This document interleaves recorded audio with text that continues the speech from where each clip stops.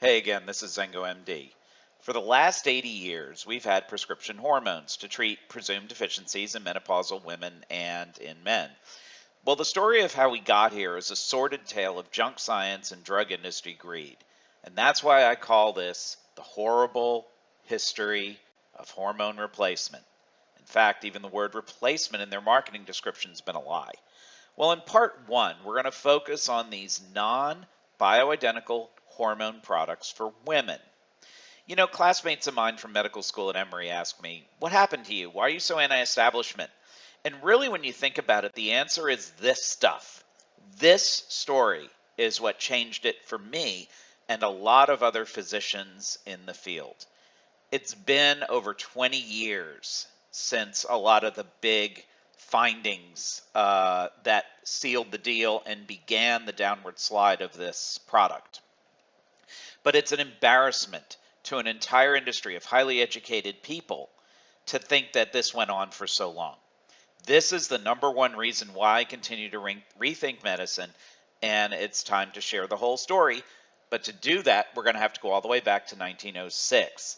That's when the Food and Drug Act was passed in the USA. It prevented substances like snake oil that never proved any benefit from making their outrageous claims. You've probably heard the colloquial term snake oil salesman, right? Someone who's pushing something that has no benefit. The legislation predated the FDA, but it did very little to stop the overzealous marketing of these cures. It just really drew attention to them even more and allowed these marketers an opportunity to constantly stay one step ahead of the law. In 1917, the first American Journal of Endocrinology was published. It was established and devoted to the study of, quote, internal secretions. The first contribution was in the treatment of insulin-dependent diabetes, where they announced the discovery and the ability to isolate insulin. Also, thyroid hormone was first discovered around this time. These were monumental, foundational moments in medicine for a disease, especially like diabetes, that used to be a death sentence 100 years ago.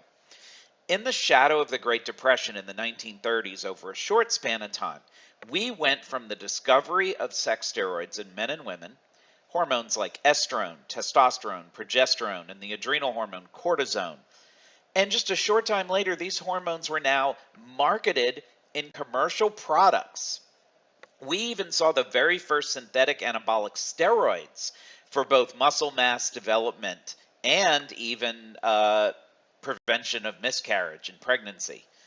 All of this happened in just 10 short years, culminating with the awarding of the 1939 Nobel Prize in Chemistry for the isolation of sex steroids. While thyroid and insulin deficiency were true deficiencies in need of a cure, sex steroid deficiency was not a disease. Yet the drug industry took an accelerated approach to marketing it as the next snake oil, but with a shred of evidence that would give it status above snake oil. While these hormones were being discovered, the drug industry was also jumping the gun, proposing uses for these substances even before we understood the deficiency. It seems like the awarding of Nobel Prizes in endocrinology kind of legitimized anything that we would do with these compounds, no matter what. Look, people felt like crap. The Great Depression affected everyone, and low sex steroids were immediately blamed. The first was Eminem. Well, wait, not that guy. This stuff was really Slim Shady. Eminem was made from extracts of actual human placentas. It was proposed to treat women's ailments, both pre- and post-menopause.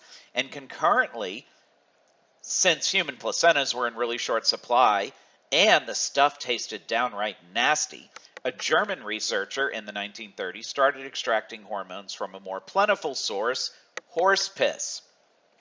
Well, in 1938, the FDA was created, and if you think being understaffed and underfunded is a recent phenomenon with vaping and fentanyl, they've been struggling to keep up with the hormone replacement industry from the moment the FDA was formed. The horse piss extract was hyped heavily and was hastily approved in 1942 and named Premarin. They certainly weren't hiding the origin in the name, and at least I give them some credit for that. Pregnant mare's urine. But in this early ad, it made some pretty snake oil-ish claims directly to their potential users. While it was approved to treat hot flashes, these ads pushed the total, quote, sense of well-being and relief of fatigue. Not exactly what it was approved for. There's no way Premarin would have been approved for sale today if it had the same research behind it now that it did in 1942.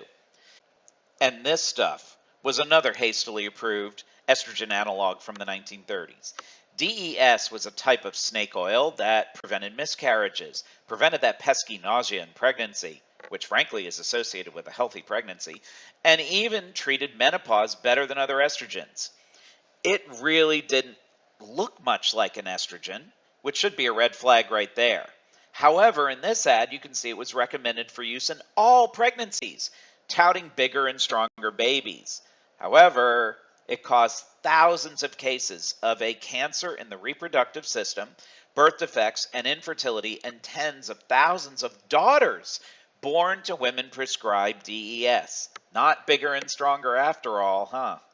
Despite its withdrawal in 1971, after 30 years of use, people today are still affected by the ravages of DES because their mothers took it. It was easy to get drugs approved, and it was oh so hard to kill them off.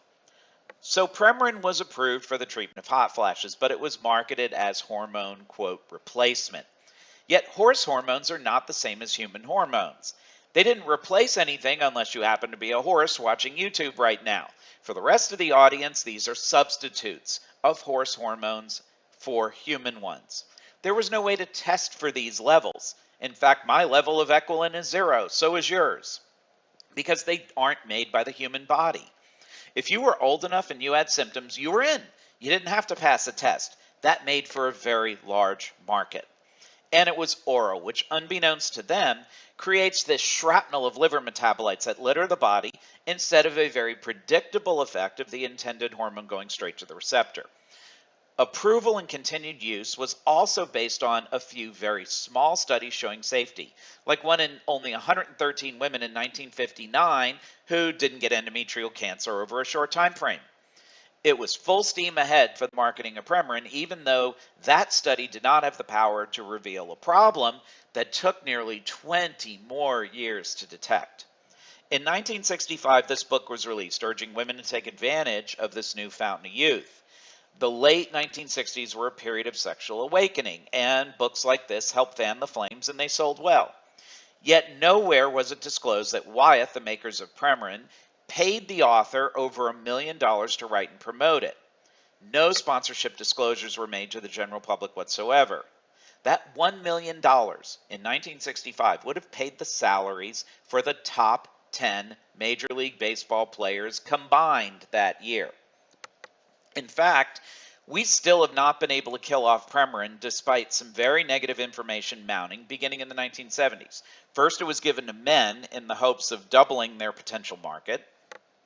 But the men were getting heart attacks and strokes at an alarming rate almost immediately. Then it was definitively linked to endometrial cancer in women who still had a uterus. You can't get endometrial cancer if you don't have a uterus. That's the lining of the uterus. Then the first link to breast cancer was published. Wyeth, the manufacturer, chalks all this up to bad press over all of these cancers being just a public relations issue. The endometrial cancer inconvenience is handled by hastily giving a second hormone, a fake progestin called Provera, to protect the uterus from the overstimulation of the Premarin, but they never fully studied the combination of the two.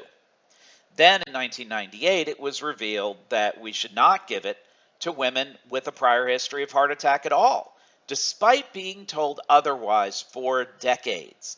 My practice was new at the time, but I had to manually go through all of my paper charts to screen for cardiovascular history and call each patient and tell them to stop as a result of that study. We didn't have electronic medical records then. We couldn't search for it. And that was when the establishment pharmaceutical industry lost me as a blind, unquestioning follower. Having to go through every single chart, call my patient and say, hey, what I told you last month was wrong, didn't sit well with me as a professional. So despite the warnings for 2 generations, Premarin became the number 5 drug sold in the USA in the early 1980s, and it rose to number 1 by 1990. So look at this. In 1990, the number 1 drug sold was a highly suspect 48-year-old horse urine extract.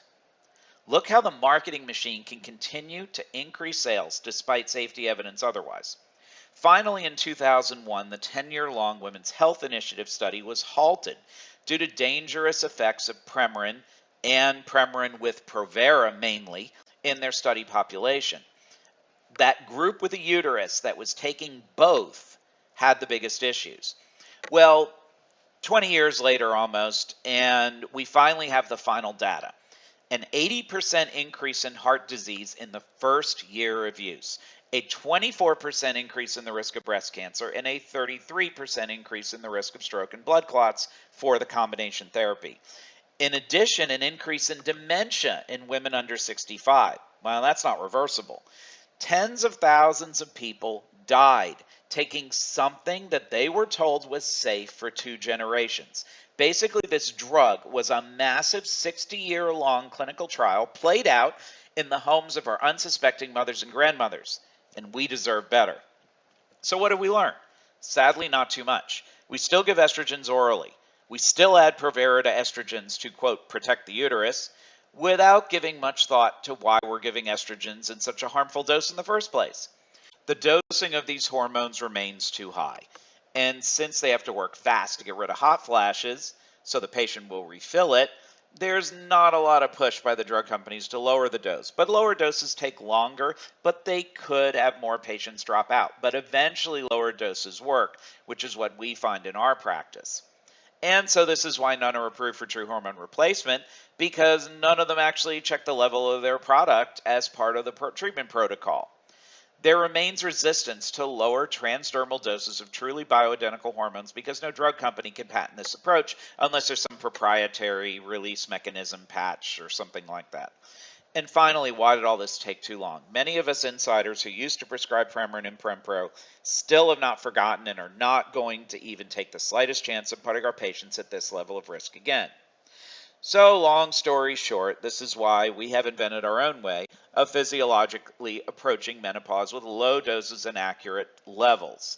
So, check out our other videos on salivary testing and other hormone testing and why it can be misleading, and our strict definition of bioidentical medicine to learn more to see how we've used human physiology and not let the drug companies lead us to properly diagnose and treat women in a completely different manner. That's all for now. Thanks a lot. Bye.